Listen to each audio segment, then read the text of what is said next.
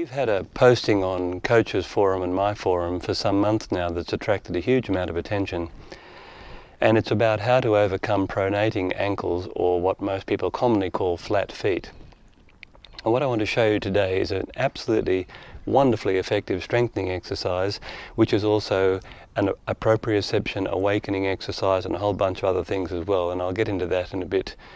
But what I want to show you first is let's take a little look at the foot. The first thing you'll notice is that it has this big arch here. Now that's referred to by many different names anatomically, but let's call it the medial arch. But what most people don't realize is that there is another arch alongside the outside of the foot as well, which is called the longitudinal arch. And very importantly, there's another arch in between the ball of the foot and the little toe side of the foot, which is called the metatarsal arch. And ideally, we want all three arches to be operating perfectly, because when you stand on your foot, the weight is borne by that part of the foot behind the big toe, that part of the foot behind the little toe, and the heel. And what we would like to see is that, for most people at least anyway, there's a bit more weight on the outside of the foot than they normally do. And what happens, as you'll see in a moment, is that when you put a tiny bit more weight on the outside of the foot, so that effectively you've got even weight across the front of the foot, the arch of the foot is formed perfectly. And one more thing, what most people don't realize about the arch of the foot is that, largely speaking, it's not actually the responsibility or the function of the foot muscles themselves. The bones of the foot arrange themselves according to how the femur is actually sitting in the pelvis, and that alignment's controlled by the external rotators of the hip joint, piriformis among them, but there are three or four others as well. And when the foot is aligned properly, then a muscle, a deep muscle here called peroneus longus, actually functions to avert the foot. So what I'm going to do now, I've set up a chair for me to lean on. I'm going to turn away from you, and I'm going to show you what this exercise looks like, and I'll describe it at the same time. I'm standing on both feet, but when I go to do the exercise, I'll actually be exercising one leg at a time only. And here's how, just ignore my left leg, I'm going to allow my right ankle to pronate deliberately as I lower my heel below the level of the steps. And I'm leaning my weight for balance on the back of the chair here like this. Now what I'm doing, if you look closely, you'll see that the ankle has pronated completely. That is to say, my arch has almost disappeared.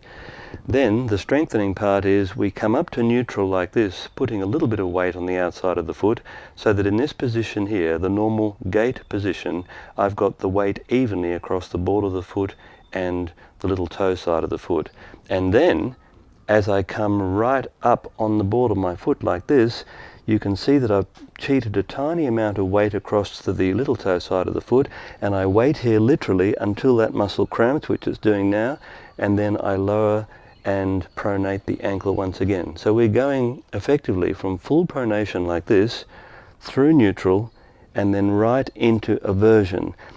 And you can see that in this position here, when I'm right up, not only is soleus activated, but the arch of the foot is fully formed, and that will be true for all people. So let the ankle pronate, through neutral, right up into this cramping averted position here that you can see where the arch is fully formed. Now, the fact of how all this works is the reason why we recommend the Vibram 5 fingers or other minimalist shoes so strongly. Because when you're out in the actual world, I'm not talking about on pavement, I'm talking about bush tracks where there are rocks and there are pebbles and so on that can impact on the arch of the foot or the bottom of the foot, anywhere on the foot, you'll find that if you watch carefully, what happens when you wear those kind of shoes out in the bush is that every time you step on something that's sharp, the arch of the foot literally pulls away from the ground like that.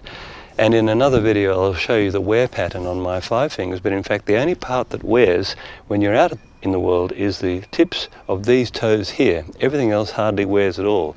And what that shows you, that's the evidence if you like, that the body is making every possible effort it can to lift the arch away from the ground.